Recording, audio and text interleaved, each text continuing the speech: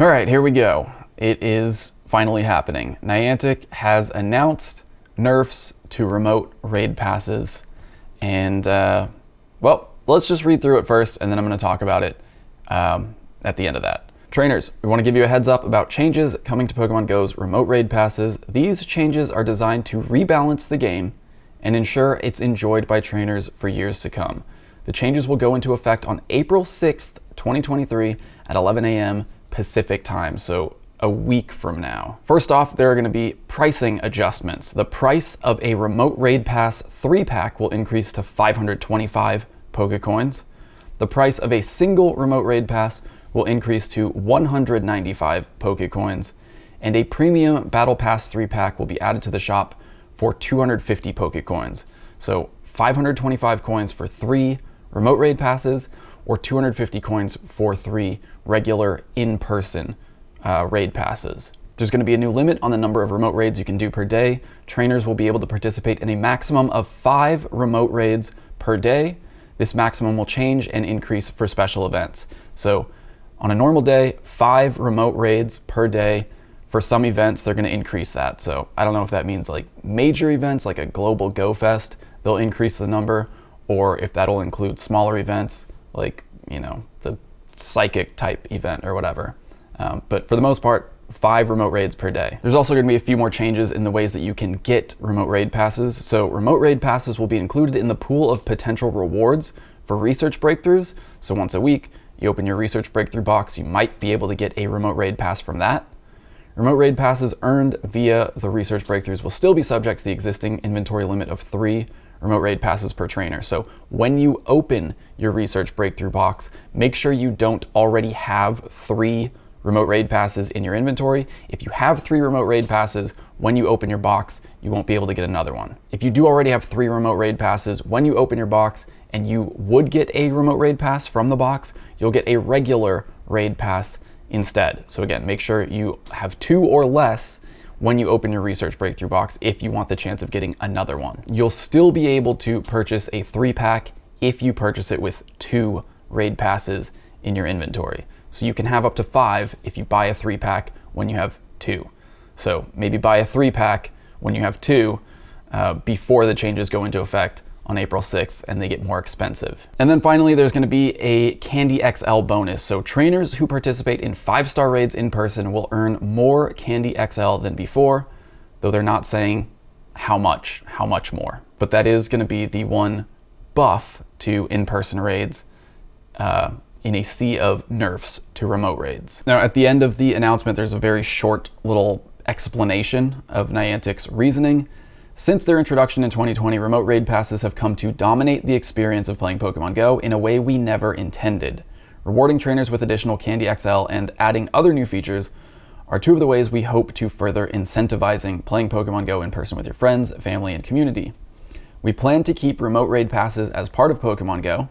However, we believe this change is necessary for the long-term health of the game, and we do not make it lightly. We feel this is a necessary step toward our goal of preserving and improving the unique experience of playing Pokemon Go, a game we hope you continue to enjoy long into the future.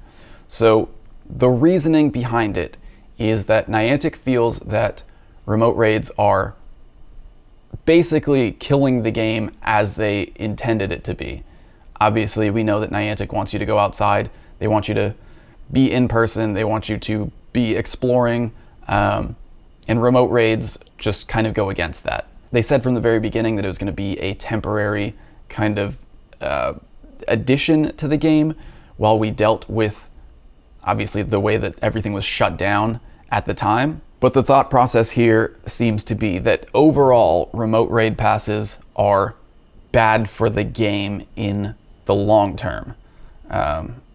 You know, I guess if everyone can just kind of get things easily through remote raids, then they'll get tired of the game quicker. I don't know. So here's what I want to say about all this. Obviously, I know that a lot of people are going to be very upset about it.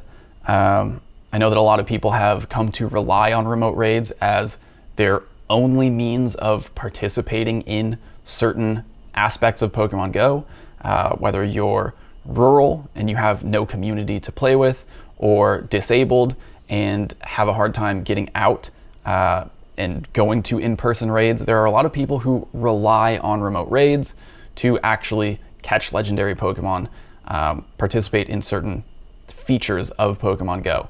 So the good news is they're not going away.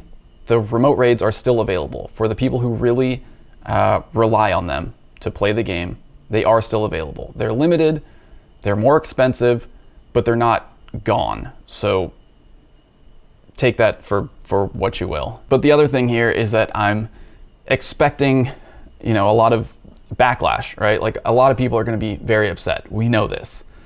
And I am making this video because I care about you. I care about your mental health. I care about your well-being. And I want you to have realistic expectations about what can be done in this situation. And in my honest, unfiltered opinion here, the answer is nothing. There is nothing that can be done to delay this, to change it. Niantic is not changing their minds on this. I can promise you that every single suggestion, every idea, every alternative that the community could possibly come up with has already been shared with Niantic, and we've still arrived at this point where this nerf is happening. So I just hope that by saying this now, I can save you from the outrage. I can save you from the feelings of false hope that there's something that can be done, and just save you some time and mental energy, because I really don't think that this is going to change no matter what. It's obviously not about the money. Niantic knows how much money they've made from remote raids, and it's still happening. So if you feel the need to boycott the game, not spend any money, that's totally valid. But realistically, I think that at this point in Pokemon Go's life cycle, in Niantic's life cycle as a tech company, the location data that they gather from players going out and moving through the real world is more valuable than the actual amount of money that players are spending in the game. So if players are going to quit the game over this and boycott, they will spend all their marketing budget on acquiring new players who are going to come in, never knowing a world where raid passes, remote raids were not limited, and they're going to have just as much fun as you did when you first started the game. They're going to feel that same sense of excitement when they finally find their favorite Pokemon in the wild. They're going to go through all those steps, all those milestones, all of the fun that you had when you started this game. And they'll never know that it was ever any different. So I know this probably sounds super depressing, but I think this is just the reality of the situation.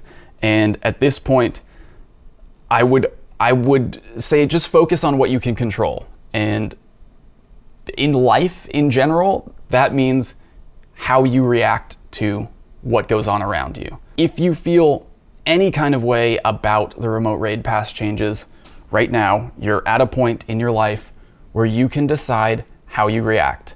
And you can get upset, you can get angry, you can spend your mental energy on that kind of negativity, on being angry, or you can choose to accept things for what they are and enjoy the game in ways that you can, or move on and find other things in your life that you enjoy.